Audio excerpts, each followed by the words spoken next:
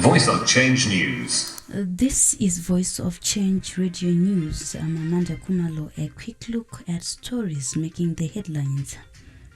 Zanu PF to launch election manifesto in Chipinge. In business news, prize manipulators face jail time. In regional news, First Lady invited to Kigali dialogue joins other philanthropists and influential personalities. In sports news, Bosso treasurer resigns. The news in detail. Zanu PF will officially launch its 2023 election manifesto in Chipinge, Manicaland province next week. The party's national political commissar, Comrade Mike Bima, has said, briefing the media after yesterday's Politburo meeting in Harare.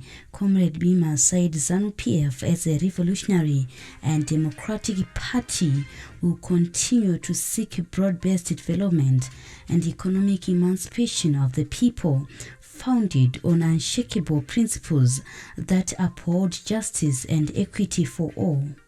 He said that the essence of Zanu PF's ideological thrust is the establishment of a sustained society firmly based on its historical, cultural, and social experience, and to create conditions for economic independence, prosperity, and equitable distribution of the wealth of the nation.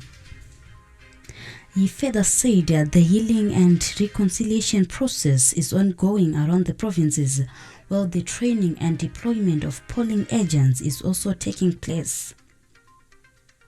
The Politburo, Comrade Bima said, also received a report on the finalization of the rankings relating to senators as well as members of the women's quota. He said the Politburo also endorsed the president's call for peaceful campaigns. Meanwhile, President Mnangagwa has appointed a veteran of the liberation struggle, Comrade Enoch Banda, to the Elders' Council. Moving on to business news. Evil plotting from the country's detractors to reverse successes registered by the Second Republic through asymmetrical warfare in the form of currency manipulation and price distortions will come to nothing, with perpetrators being brought to book, President Mnangagwa has said. The president has spoken as the country is witnessing wanton price increases, especially following his proclamation of election dates. With Zanu PF hot favorite to win the harmonized elections set for August 23, the country's detractors have been seeking to manufacture economic chaos in the hope of stirring public anger against the government using different forms of media. However, in his address to the Politburo yesterday, President Mnangagwa called upon the media to come to the party and highlight achievements scored by the Second Republic and debunk mistruths peddled by the country's detractors. In news beyond our borders,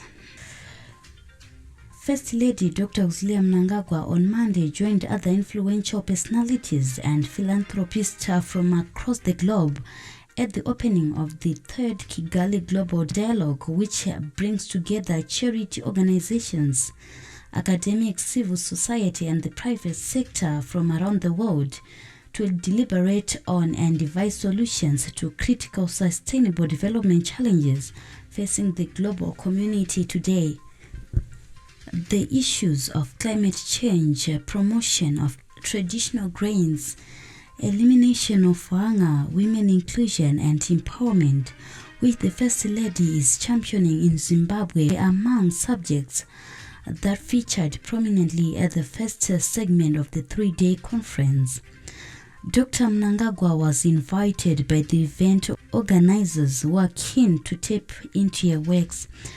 The conference is co-hosted by the Observer Research Foundation America, the Rwanda Governance Board, and the Rwanda Convention Bureau.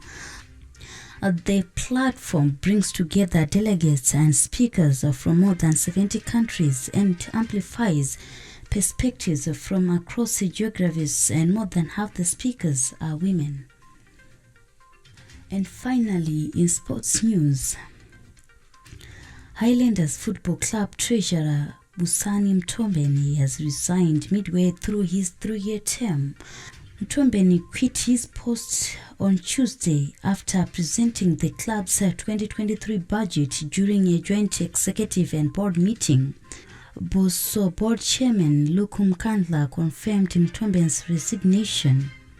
Mtombeni's resignation comes barely a month after presenting club's 2022 financial statements, which the auditors issued an adverse report on. The South Africa-based Mtombeni won the Highlanders treasurer's post at elections held in February after polling 140 votes against Xolani Moyo's 112. That brings us to the end of this bulletin. Voice of Change News.